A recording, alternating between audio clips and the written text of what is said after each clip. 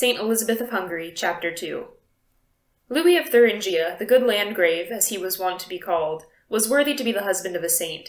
Except in the person of his glorious namesake, Saint Louis of France, no more perfect picture of the Christian knight and prince has ever been presented to us. His very exterior bore the impress of the noble character within, and many imagined that in his majestic form, his long hair and smile of irresistible sweetness, they saw a striking resemblance to the traditional portrait of the Word made flesh. He was distinguished from his earliest years for his angelic purity. He was modest and bashful as a girl, and most reserved in his conversation and demeanor, nor did the atmosphere of a court and the early possession of sovereign power ever sully the brightness of this maidenly purity. The young Landgrave's courage was such as to fill up the other side of the knightly character. He was without fear as without reproach, and his bodily strength and agility equaled the grace and dignity of his person. The emperor having made him a present of a lion, he was walking one morning unarmed in the courtyard, when the savage beast, who had escaped from his den, ran roaring towards him. Without a symptom of fear, Louis stood firm, trusting in God, and clenching his hands, he threatened the lion, who came wagging his tail and lay down at his feet. Some of the vassals who saw their lord's danger came to his assistance, and the lion suffered himself to be chained without resistance, to the amazement of the bystanders, who looked upon this power over savage beasts as a testimony of the divine favor granted to the piety of the prince and the sanctity of the young Elizabeth. To his courage, Louis added that noble courtesy which St. Francis called the sister of charity. Towards women his full bearing was of gentle reverence. To his inferiors he shewed unvarying kindness and affability. He never repulsed anyone by pride or coldness, but delighted to give pleasure to all who approached him. The only passion which seemed to have any sway over him was a love of justice, which, in the cause of God and the oppressed, could be energetic even to sternness, while he seemed insensible to personal injuries. If any of his servants gave him cause of offense, he would simply say, "Dear children, do not act thus again, you grieve my heart." In short, the whole life and character of Elizabeth's husband may be summed up in the noble device chosen by him in his boyhood: piety, chastity, justice. The love of Louis for his saintly bride rested, as we have seen, on her loveliness before God, the interior beauty of a character which he was well able to appreciate, though, in spite of the railleries of the court beauties at the royal biguine, Elizabeth was endowed, according to the testimony of her contemporaries, with extraordinary personal beauty, and a grace and dignity of bearing befitting the defendant of Charlemagne.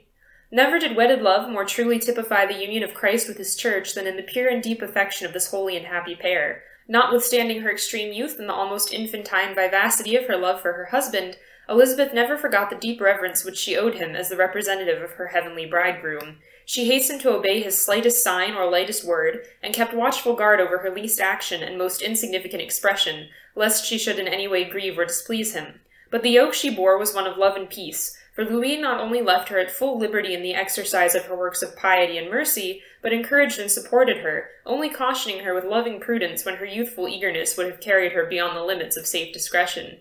Elizabeth was in the constant practice of rising at midnight to meditate upon the birth of our Lord in the cold and darkness of a winter's night. Her husband would sometimes awake and find her kneeling by the bedside, and entreat her to lie down and rest.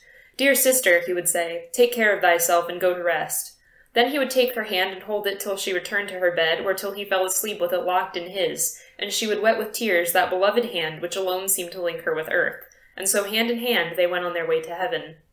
They could never bear to be separated, so that whenever it was possible the Landgrave took his young wife with him on the journeys which his duties to his subjects obligated him to undertake. Neither storm nor heat nor snow deterred her from bearing him company on the roughest road and on the most toilsome course. She suffered nothing to separate her from him, who never sought to separate her from Christ. It sometimes, however, happened that on a distant expedition Louis was obliged to leave her at home, and she then laid aside the royal robes which she wore but to please him, and putting on widow's weeds, spent the time of his absence in vigil, fast, and mortification. On his return she arrayed herself again in her richest dress, and hastened to meet him with the eager joy of a child.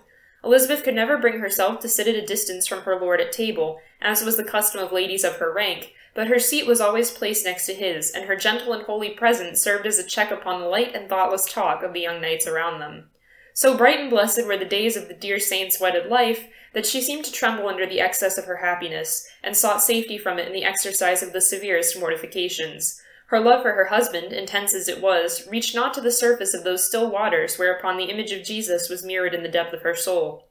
She would leave his side in the cold silence of the night, to take a severe discipline in memory of the cruel scourging which had been endured for her. She wore haircloth under her royal robes, and continued to exercise the most austere abstinence in the midst of the banquets.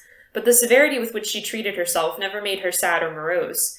She would return to her husband or her guests after the infliction of these austerities, with a bright and gladsome countenance which shed peace and joy around her. She could not endure any display of devotion or any affectation of solemnity, instead of such as put on an exaggerated gravity of demeanor. They seem as if they wished to frighten the good God. Why do they not give him what they can cheerfully and with a good will? She refused not to bear her part in festivities over which her rank often called upon her to preside, and could take her place in the dance or give the prize at the tournament without disturbing the interior recollection in which her soul was ever at peace before God. Yet, though thus free from scrupulosity, the young Landgravine was inflexible whenever she saw that duty required her to be so. She was on one occasion forbidden by her confessor to taste certain articles of food, on which, as he conceived, an oppressive tax had been laid by the prince's ministers. Her obedience sometimes sent her fasting from the splendid banquets where she presided at her husband's side, and where she concealed her abstinence by every art in her power. Some of her ladies, who imitated her in this mortification, testified that she sometimes tasted nothing but a piece of dry bread. She would go through all the offices of the castle, making the most minute inquiries as to the origin of all the food which was to be served up at the Landgrave's table, and when she found that there was nothing forbidden, she would clap her hands with childlike delight, and say to her maidens, "We shall be well off today, we may eat and drink without fear." There are many touching traditions of the tender care by which her divine lord sweetened the privations endured for his sake. Once during her husband's absence, Elizabeth sat down to her solitary meal of dry bread and water. Louis, happening to return unexpectedly, raised his wife's cup to his lips in a token of affection, and to his great surprise found it full of a richer wine than he had ever tasted before. On inquiring of the steward whence he had drawn it, he was told that the Landgravine's cup was never filled with anything but water. Louis held his peace, but inwardly acknowledged that the wedding guest of Cana had been pleased to bless the cup of cold water poured out in his name, and for the love of his poor. The tender charity which had distinguished Elizabeth from her earliest infancy now flowed forth without restraint, under the indulgent and fostering eye of her husband, and won for her the sweet name which she bears to this day of patroness of the poor. She restricted her own personal expenses to the absolute necessities of her position, and often gave away her own clothes when she had no other means of supplying the wants of her poor suppliants. On one occasion she was met by a crowd of beggars, among whom she distributed all the money she had with her. One poor man alone was left unrelieved, and, touched by his piteous complaint, the Landgravine took off one of her jeweled and embroidered gloves and gave it to him. A young knight in her train instantly turned and followed the beggar, from whom he bought the precious glove, which he fastened upon the crest of his helmet as a pledge of divine protection. From that moment, as he declared on his deathbed, the lance of that knight was ever victorious on battlefield and tournament. He bore Elizabeth's glove through many a glorious day in Palestine, and as the proud infidels sank beneath his victorious arm, little did they dream that it owed its invisible force to the silken glove of the dear Saint Elizabeth. But it was not by gifts alone that she sought to testify her love for the poor of Christ. It was by the patient personal devotion so dear to their hearts and to his. No road was too rough or too steep for her to travel, no cabin too miserable or too noisome to be visited by her gentle presence and cheered by her gladsome smile, no service too great or too little for her to render to those in whom she recognized the presence of the Lord. She devoted herself especially to the care of the lepers, whose most revolting ulcers she would wash and kiss with heroic charity. Once during her husband's absence she excited the extreme displeasure of his mother, the Landgravine Sophia, by placing one of these unhappy beings in her own bed. The Landgrave returned to the castle just when Elizabeth was busied in dressing the leper's sores. His mother met him as he was dismounting from his horse. "Fair son," said she, "come with me and I will shew you a wonderful proceeding of your Elizabeth." "What do you mean?" replied Louis in a tone of displeasure, for he was accustomed to the carping tone in which his mother was wont to speak of his saintly wife. "Only come and see," replied Sophia. "You will see someone whom she loves much better than you." Then, taking him by the hand, she led him into his own room, and pointing to the bed, "See now, dear son," said she, "your wife lays lepers upon your bed, spite of all I can say to her, and will give you the leprosy. You see it yourself." Louis could not resist a slight movement of impatience. He snatched away the covering of the bed, when, says the historian, the Lord opened the eyes of his soul, and he saw stretched upon his bed one whom alone Elizabeth loved better than himself, the crucified form of him who was for us accounted as a leper. He was speechless with amazement, as was also the proud Landgravine. At last he burst into tears, and turning to his wife, "Elizabeth," said he, "my sweet sister, I pray thee often bring such strangers to my bed, they shall ever be welcome, and let no one trouble thee in the exercise of thy sweet charity." And then he knelt down and prayed thus to God, "O Lord, have mercy on me, a miserable sinner. I am not worthy to behold all these wonders. I know it too well. But help me to become a man after thine own heart, according to thy divine will." Elizabeth took advantage of the deep impression left by this event upon her husband's mind to obtain his leave to erect a hospital midway up the rock on which the castle of Wartburg stands, for for the reception of 28 sick or infirm persons chosen from among those who were too weak to be able to climb to the castle itself. She visited them daily and carried them food with her own hands. She performed also the same labor of love for the poor whose scattered huts lay in the valleys around. As with one faithful attendant, she was once slowly descending a very steep, rough path, still shewn as the scene of the following miracle, and known by the name of knee-brecken, knee-breaker. Elizabeth suddenly came upon her husband in his nightly train returning from a day's hunting. She was bending under the weight of bread, meat, eggs, and other food which she was carrying to the sick poor.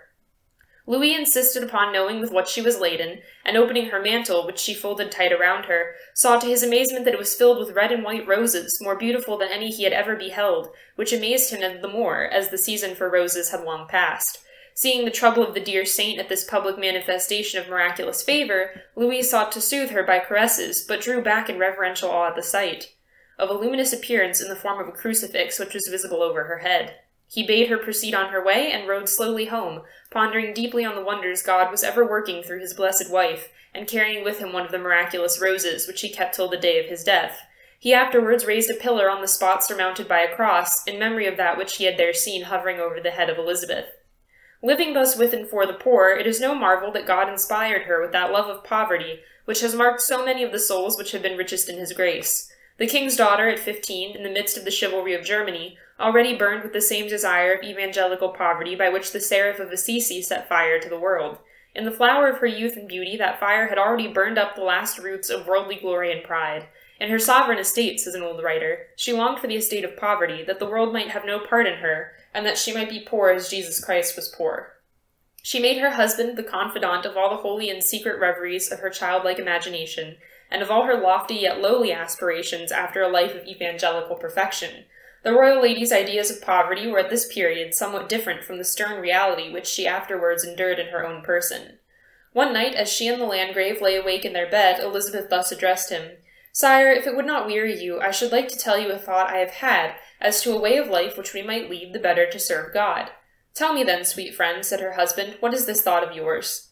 "I wish," said she, "that we had but one small farm which would just yield us enough to live upon, and about 200 sheep, and then you could till the ground, manage the horses, and endure all these toils for the love of God, and I could take care of the sheep and shear them."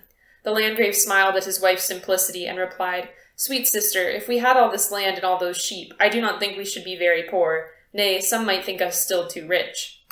What would have been the anguish of that noble heart if he could have foreseen that only a few years later, that loved and loving wife, whom he cherished so tenderly and reverenced so devoutly, should be cast forth from her princely home, to live houseless, friendless, childless, in a destitution of all outward things equal to that of her great father, St. Francis, and in a solitude of heart far severer than his. She had asked to drink of her Lord's chalice, knowing not its depth, and he filled it for her to the brim. In her youthful imagination, her husband was associated with all her visions of a devoted and penitential life. The sweet ingredient of human affection was to temper the draught, but he gave it to her, as he drank it himself on Calvary, full of the red vintage which must be trodden alone.